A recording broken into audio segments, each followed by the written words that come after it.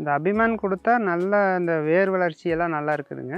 செடி வந்து கொஞ்சம் முளைப்பு திறனும் நல்லா இருக்குது, வேரோட்டம் நல்லா இருக்குது, அந்த பங்கல் மாதிரி விழுகிறதில்ல. அதனால் செடி நல்லா இருக்குது. இந்த தண்டு வெடிப்பு அதெல்லாம் இல்லாமல் நல்லா வந்துடுதுங்க. இந்த FL77 கொடுக்கும்போது பூ எடுக்கும்போது பூ வந்து நல்லா பெருசாக இருக்குதுங்க. அந்த மகரந்தமெல்லாம் நல்லா பெருசாக இருக்குது. அதனால் காயோட சைஸ் வந்து பெருசாக வருது, ஈல்டு கூடும். இன்றைக்கி வந்து பொறிப்பு இந்த காய் எடுத்துகிட்ருக்காங்க, வராங்க பறிச்சுட்ருக்குறாங்க. எடுத்த வரைக்கும் காய் திருப்தியாக இருக்குங்க. நல்ல குவாலிட்டி, நல்ல சைனிங், அதெல்லாம் நல்லா இருக்குங்க. வணக்கம்ங்க, என் பேர் ஆர் விஜயகுமாருங்க. ஆர்வாடிப்பட்டி, பழனி தாலுக்கா, திண்டுக்கல் மாவட்டம்ங்க. இதுக்கு வந்து எனக்கு ஒரு 8 ஏக்கரா பூமி இருக்குங்க.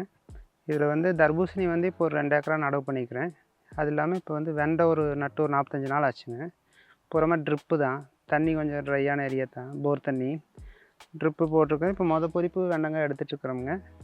இந்த ஏபிகே ஆர்கானிக்ஸு, இந்த அபிமானு FL எல்லாம் வந்து ஒரு வீடியோ மூலிமா பார்த்தனுங்க. அதுக்கப்புறம் அதை வாங்கி நான் தர்பூசணி கொடுத்துருந்தேன் ஃபஸ்ட்டு. அது நல்லா இருந்துச்சு, வேர் வளர்ச்சி, செடி ஓட்டமெல்லாம் நல்லா இருந்துச்சு.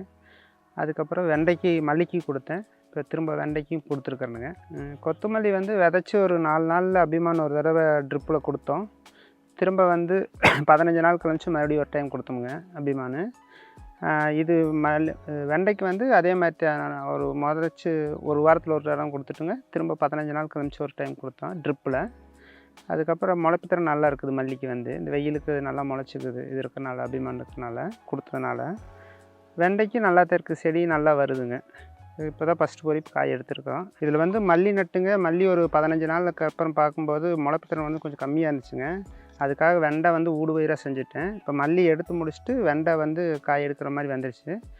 மல்லி போட்டு ஒரு வாரத்தில் அபிமான் ஒரு தடவை ட்ரிப்பில் கொடுத்தேன். கரைச்சி விட்றதுக்கு ஈஸியாக இருக்குது. அப்புறம் 2வது டைம் மறுபடியும் வெண்டை நட்டதுக்கப்புறம் திரும்ப ஒரு டைம் கொடுத்தேனுங்க. கொடுத்தா அதுவும் நல்லா தான் இருந்தது. செடி நீங்களே பார்க்கலாம், நல்லா தான் இருக்குது. அப்புறம் வந்து ஸ்ப்ரேயிங்கில் வந்து FL கொடுத்துருக்குறேன். இது மல்லி எடுத்து முடிச்சுட்டு இந்த FL77 வந்து ஸ்ப்ரே பண்ணேன். டேங்க் ஒரு 200 மில்லி போட்டு வெண்டைக்காக ஸ்ப்ரே பண்ணுங்க. பண்ணினதுக்கப்புறம் பூ எடுக்கிறது, பூ எல்லாம் நல்லா பெருசாக இருக்குது. காய் வந்து நல்லா சைனிங்காகவும் இருக்குது, நல்லா பச்சையாக பெருசாக இருக்குது. அது மாதிரி கொடுத்துருக்குறேங்க. இந்த அபிமான் கொடுத்தா நல்லா இந்த வேர் வளர்ச்சியெல்லாம் நல்லா இருக்குதுங்க.